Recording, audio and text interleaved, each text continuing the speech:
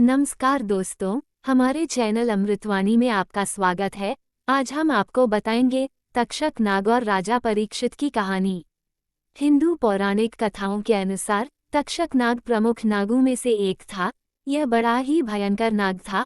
आओ जानते हैं कि क्यों राजा परीक्षित को तक्षक नाग ने मार दिया था। पांडवों के स्वर्गारोहण के बाद अभिमन्यु के पुत्र परीक्षित ने शासन किया। उसके राज्य में सभी सुखी और संपन्न थे। एक बार राजा परीक्षित शिकार खेलते खेलते बहुत दूर निकल गए। जब रास्ते में उन्हें प्यास लगी तो वे वन में स्थित एक आश्रम में चले गए। वहां उन्हें मौन अवस्था में बैठे शमीक नाम के ऋषि दिखाई दिए। राजा परीक्षित ने उनसे बात करना चाहा, लेकिन मौन और ध्यान में होने के कारण ऋषि ने कोई जवाब नहीं दिया। ये देखकर परीक्षित बहुत क्रोधित हुए और उन्होंने एक मरा हुआ सांप उठाकर ऋषि के गले में डाल दिया और वहां से चले गए। यह बात जब शमीक ऋषि के पुत्र श्रृंगी को पता चली तो उन्होंने श्राप दिया कि आज से 7 दिन बाद तक्षक नाग राजा परीक्षित को डस लेगा, जिससे उनकी मृत्यु हो जाएगी। बाद में जब शमीक ऋषि का ध्यान टूटा तो उन्हें इस घटनाक्रम का पता चला, तो उन्होंने अपने पुत्र से कहा कि तुमने राजा परीक्षित को श्राप देकर अच्छा नहीं किया। वह राजा न्यायप्रिय और जनता का सेवक है। उसकी मृत्यु हो जाने से राज्य का बहुत नुकसान होगा। उसने इतना बड़ा अपराध भी नहीं किया था कि उसे इतना बड़ा श्राप दिया जाए। शमीक को बहुत पश्चाताप हुआ, परंतु श्राप को वापस नहीं लिया जा सकता था। ऋषि शमीक तुरंत ही राजमहल जाकर राजा परीक्षित को यह बात बताते हैं कि मेरे पुत्र ने भावना में बहकर तुम्हें श्राप दे दिया है। इसमें तुम्हारा दोष नहीं, दोष तो समय का है। इसलिए हमारे मन में यह सोचकर पीड़ा हो रही है कि जिसका दोष है उसे दंड नहीं मिलेगा, लेकिन तुम्हें मिलेगा। ऋषि शमीक अपने पुत्र ऋषि श्रृंगी के शाप के बारे में बताते हैं कि आज से 7वें दिन तक्षक नाग के काटने से तुम्हारी मृत्यु हो जाएगी राजन।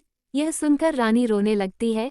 शमीक ऋषि कहते हैं कि विधि के धनुष से दुर्भाग्य का यह बाण निकल चुका है, वो वापस नहीं होगा।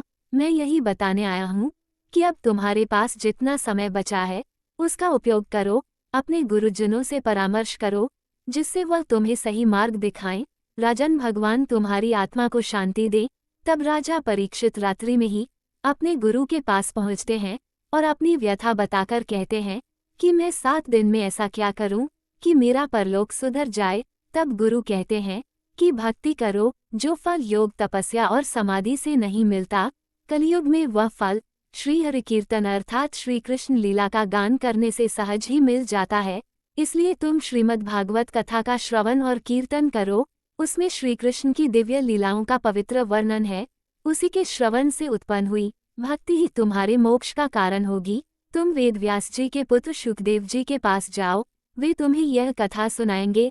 तब राजा परीक्षित बालक शुकदेव के पास जाकर उनके चरणों को धोकर उनसे श्रीमद्भागवत कथा सुनते हैं। इसके बाद 7वें दिन तक्षक नाग राजा परीक्षित को दंस लेता है। राज परीक्षित की मृत्यु का कारण जब उनके पुत्र जन्मेजय को पता चला तो उन्होंने संकल्प लिया कि मैं एक ऐसा यज्ञ करूंगा जिसके चलते सभी नाग जाति का समूल नाश हो जाएगा। जन्मेजय के यज्ञ के चलते एक एक करके सभी नाग यज्ञ की शक्ति से खींचकर उसमें भस्म होते जा रहे थे। जब लाखों सर्प यज्ञ की अग्नि में गिरने प्रारंभ हो गए तब भयभीत तक्षक ने इंद्र की शरण ली। वो इंद्रपुरी में रहने लगा। वासुकी की प्रेरणा से एक ब्राह्मण आस्तिक परीक्षित के यज्ञस्थल पर पहुंचा और यजमान तथा ऋत्विजों की स्तुति करने लगा। उधर जब ऋत्विजों ने तक्षक का नाम लेकर आहुति डालनी प्रारंभ की तब मजबूरी में इंद्र ने तक्षक को अपने उत्तरीय में छिपाकर वहां लाना पड़ा। वहां वे तक्षक को अकेला छोड़कर अपने महल में लौट गए। ऐसे समय माता मनसा देवी के पुत्र विद्वान बालक आस्तिक से प्रसन्न होकर जन्मेजय ने उसे एक वरदान देने की इच्छा प्रकट की, तो उसने वरदान में यज्ञ की तुरंत समाप्ति का वर मांगा। बस इसी कारण तक्षक भी बच गया, क्योंकि उसके नाम के आह्वान के समय वो बस अग्नि में करने ही जा रहा था और यज्ञ समाप्ति की घोषणा कर दी गई। कद्रु और कश्यप के पुत्र वासुकी की बहन देवी मनसा ने नागों की रक्षार्थ जन्म लिया था। अधिकतर जगहों पर मनसा देवी के पति का नाम ऋषि जरत्कारु बताया गया है और उनके पुत्र का नाम आस्तिक है, जिसने अपनी माता की कृपा से सर्पों को जन्मेजय के यज्ञ से बचाया था। अगर आपको हमारी यह वीडियो पसंद आई हो तो हमारी वीडियो को लाइक करें और हमारे चैनल को सब्सक्राइब करें। धन्यवाद।